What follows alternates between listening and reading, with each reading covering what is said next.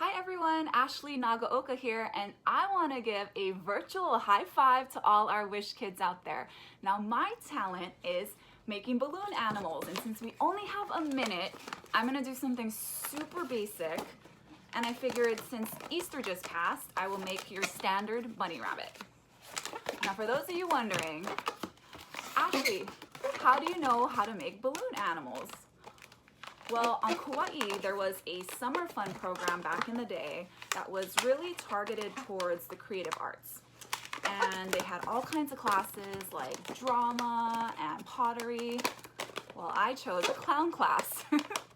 So they taught us all kinds of magic tricks and how to make balloon animals. And there's your standard rabbit with the ears and its tail. So please vote for me and let's change lives one wish at a time.